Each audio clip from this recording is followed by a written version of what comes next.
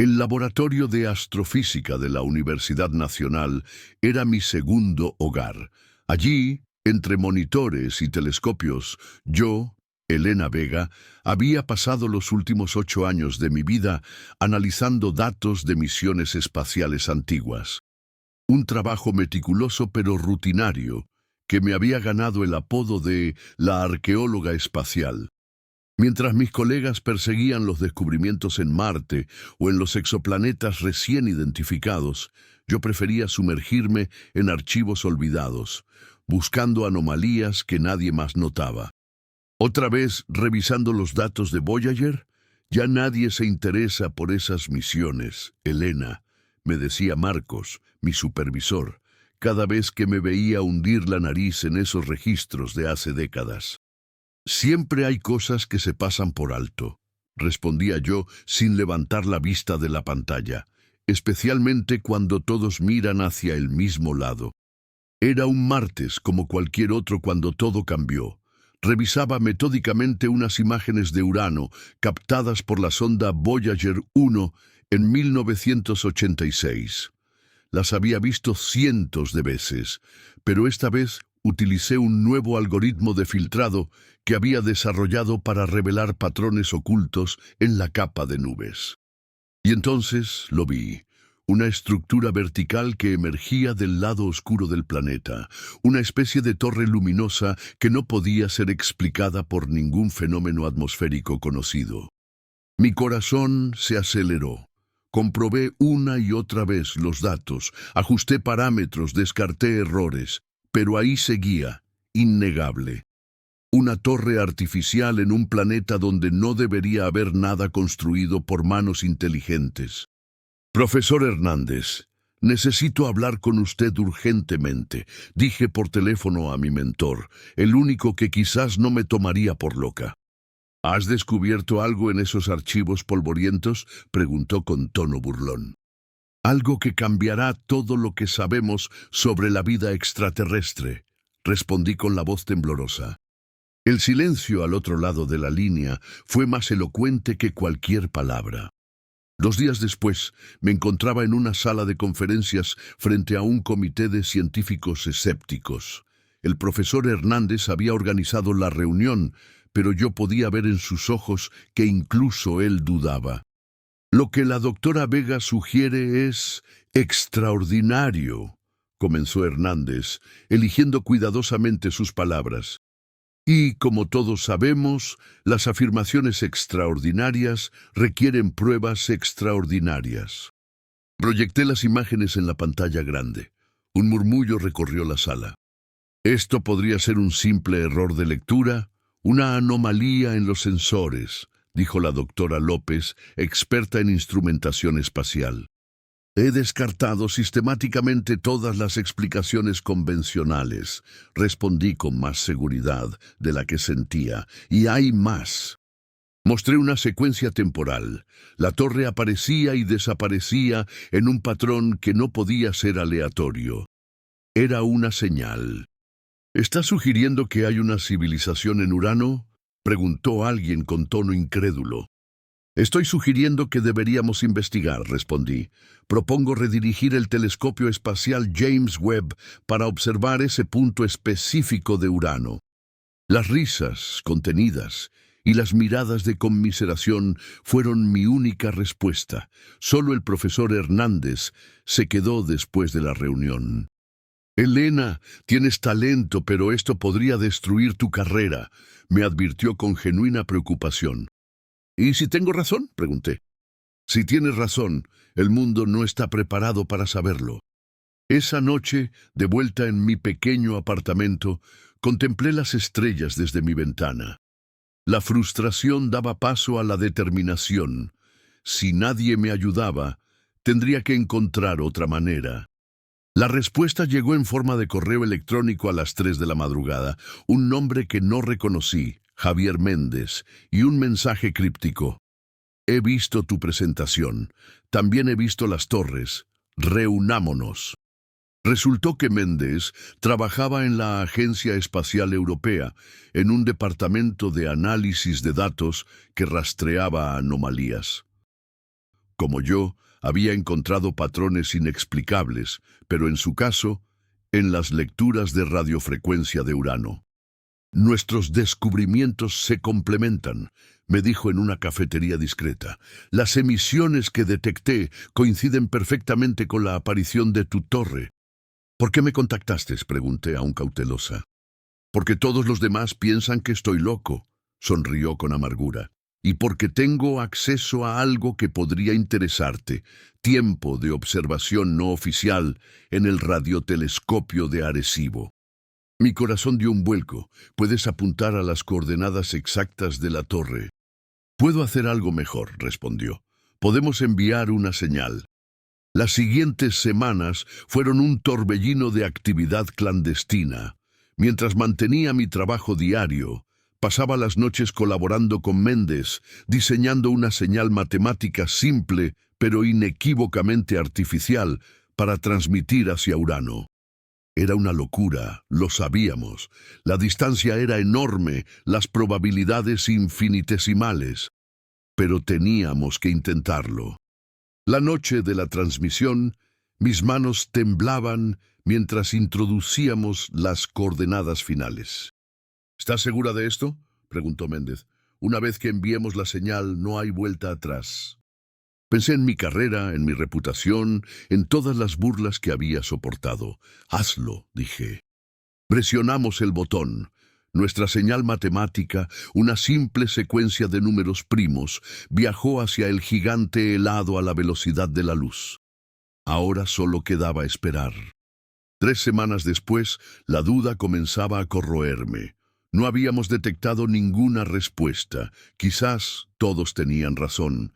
Quizás solo veíamos patrones donde no los había. Deberíamos dejarlo, sugerí a Méndez durante una de nuestras llamadas nocturnas.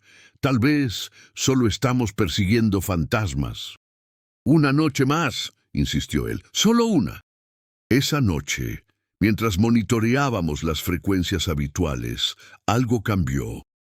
Una señal débil, pero inconfundible, en la misma frecuencia que habíamos utilizado. No era un eco, era una respuesta. ¡Lo tenemos!, gritó Méndez, mientras los datos se materializaban en la pantalla. La señal era simple. Nos devolvían nuestra secuencia de números primos, pero añadiendo uno más al final. Era como decir, te escuchamos y entendemos. Mi teléfono sonó en ese preciso instante. Era el profesor Hernández, su voz tensa. «Elena, ¿qué has hecho? Tengo a la NASA y al Departamento de Defensa preguntando por ti». «¿Cómo lo han sabido?», pregunté, sintiendo cómo el pánico me invadía. «No lo sé, pero vienen hacia aquí. Sea lo que sea que hayas descubierto, ya no es solo tuyo». Las siguientes horas fueron caóticas.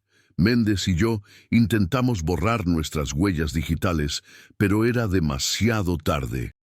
A la mañana siguiente, hombres con trajes oscuros me escoltaron desde mi apartamento hasta una instalación gubernamental que ni siquiera sabía que existía. «Doctora Vega», me saludó una mujer mayor con uniforme militar. «Soy la general Carmen Ortiz. Tenemos mucho que discutir sobre su descubrimiento». «No tenía intención de violar ningún protocolo», comencé a defenderme. «No está aquí para ser reprendida», me interrumpió.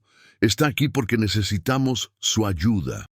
Me condujeron a una sala llena de equipos de alta tecnología, donde, para mi sorpresa, ya estaba Méndez, junto con científicos que reconocí como eminencias en astrobiología y comunicación interestelar. «Hace 6 meses», explicó Ortiz, «detectamos anomalías similares a las suyas, pero su transmisión provocó una respuesta que no esperábamos». En las pantallas apareció una imagen que me dejó sin aliento. La torre en Urano ahora brillaba con una intensidad multiplicada y parecían estar emergiendo estructuras adicionales a su alrededor. «Creemos que su señal activó algo», continuó Ortiz, «y ahora necesitamos entender qué es antes de que evolucione». «¿Por qué no contactaron conmigo antes?», pregunté entre asombrada e indignada. «Política», respondió simplemente. Pero ahora ya no importa. Lo que importa es que usted es la única persona que ha establecido contacto efectivo. Me di cuenta entonces de la magnitud de lo que había desencadenado. Ya no era la científica marginal buscando anomalías en datos antiguos. Me había convertido en la interfaz entre la humanidad y lo que fuera que estuviese en Urano. ¿Qué quieren que haga?, pregunté. Quiero que les responda, dijo Ortiz, y que averigüe qué quieren. Los días se convirtieron en semanas mientras trabajábamos frenéticamente en un sistema de comunicación más sofisticado. Cada transmisión recibía una respuesta, cada vez más compleja. Pronto pudimos establecer un lenguaje básico basado en matemáticas y física. Lo que descubrimos nos dejó atónitos. No era una civilización extraterrestre como habíamos imaginado. Era una estación automática, un faro dejado allí hace millones de años por una especie que había visitado nuestro sistema solar mucho antes de que los humanos existieran. Un faro diseñado para activarse cuando una especie alcanzara cierto nivel tecnológico. Es como una prueba, explicó Méndez durante una de nuestras sesiones de análisis. Nos están evaluando. ¿Para qué?, preguntó uno de los científicos. Esa respuesta llegó una noche, cuando conseguimos descifrar un mensaje más largo. Me quedé mirando la traducción, incapaz de creer lo que leía. «¿Es una invitación?», susurré. «¿Una invitación a qué?», preguntó Ortiz, que rara vez se perdía nuestras sesiones. «A unirnos a ellos. La torre es un punto de acceso a una red de transporte interestelar. Nos están ofreciendo las coordenadas». La sala quedó en silencio absoluto. «¿Podría ser una trampa?», le preguntó alguien finalmente. Era la pregunta del millón. Los debates se intensificaron. Algunos argumentaban que era demasiado arriesgado, otros que era la oportunidad más grande en la historia de la humanidad. Ortiz me llamó a su oficina privada esa noche. «El presidente quiere una recomendación», me dijo sin preámbulos, «y yo necesito la suya». Miré por la ventana, hacia las estrellas que siempre me habían fascinado. «Toda mi vida he buscado respuestas en el cielo», respondí lentamente. «Ahora tenemos la oportunidad de obtenerlas todas». «¿Y si nos destruye?». «También podría elevarnos», contesté. «El riesgo existe, pero ¿no es esa la esencia de la exploración? Dar un salto de fe basado en lo que hemos aprendido». Ortiz asintió pensativa. «Prepararemos una misión», decidió. «Un equipo pequeño, voluntarios». «Iré yo», dije inmediatamente. Sabía que diría eso. Sonrió por primera vez desde que la conocía. Pero no será fácil convencer a los políticos. Tenía razón. Las discusiones a nivel internacional fueron tensas. Algunos países querían militarizar el descubrimiento, otros ocultarlo. Finalmente, después de meses de negociaciones, se formó una coalición internacional para enviar una misión tripulada a Urano, con el objetivo específico de investigar la torre. El día del lanzamiento, mientras me ajustaban el traje espacial, pensé en el largo y extraño camino que me había llevado allí. De ser la científica excéntrica revisando datos antiguos a comandar la misión más importante en la historia de la exploración espacial. ¿Nerviosa?, preguntó Méndez, también en traje espacial.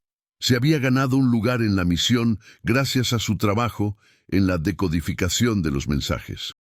Aterrorizada, admití, pero también lista. El despegue fue perfecto. Durante el largo viaje hacia Urano, continuamos comunicándonos con el faro, aprendiendo más sobre sus creadores, una especie que se hacía llamar los precursores en nuestra traducción aproximada. A medida que nos acercábamos, las dudas volvían a asaltarme. ¿Y si todo era un error? ¿Y si la torre era algo completamente diferente a lo que pensábamos? Mi momento de verdad llegó cuando nuestra nave entró en órbita alrededor de Urano. La torre era aún más impresionante vista de cerca. Una estructura cristalina que se elevaba desde las nubes, pulsando con una luz interior que cambiaba de color rítmicamente. «Es el momento», anuncié al equipo. «Vamos a descender». Nuestra nave se acercó lentamente. Todos los instrumentos funcionaban perfectamente, todas las lecturas eran estables. Y entonces, cuando estábamos a punto de hacer contacto con la superficie de la torre, un haz de luz nos envolvió. La cabina se llenó de una luz cegadora. Sentí como si cada átomo de mi cuerpo vibrara a una frecuencia imposible. Y luego, silencio. Cuando recuperé la conciencia, ya no estábamos cerca de Urano. A través de la ventana de la nave se extendía un paisaje alienígena, estructuras imposibles bajo un cielo de un color que no tenía nombre en ningún idioma humano. «Lo logramos», susurró Méndez a mi lado. «Estamos en otro lugar». Una pantalla en nuestra nave se iluminó con un mensaje en el lenguaje que habíamos desarrollado con el faro. «Bienvenidos, exploradores. Han pasado la prueba del primer contacto. Ahora comienza su verdadero viaje». Miré a mi equipo. Todos despiertos ahora, todos con la misma expresión de asombro y terror y maravilla. Habíamos dado un salto imposible hacia lo desconocido. Ya no éramos simples científicos. Éramos embajadores de toda la humanidad. «¿Qué hacemos ahora?», preguntó uno de los ingenieros, su voz apenas un susurro. Respiré hondo. «Lo que siempre hemos hecho», respondí, sintiendo una extraña calma. «Explorar, aprender y luego llevar ese conocimiento de vuelta a casa». Porque eso era lo que había descubierto en mi viaje desde la sala de archivos hasta este mundo alienígena. Las respuestas nunca son el final. Son solo el comienzo de preguntas más grandes. Y mientras nos preparábamos para dar nuestros primeros pasos en ese mundo desconocido, supe que la verdadera torre que habíamos encontrado no estaba en Urano. Estaba en nosotros, ese impulso imparable de alcanzar las estrellas, no importa cuán imposible parezca el viaje.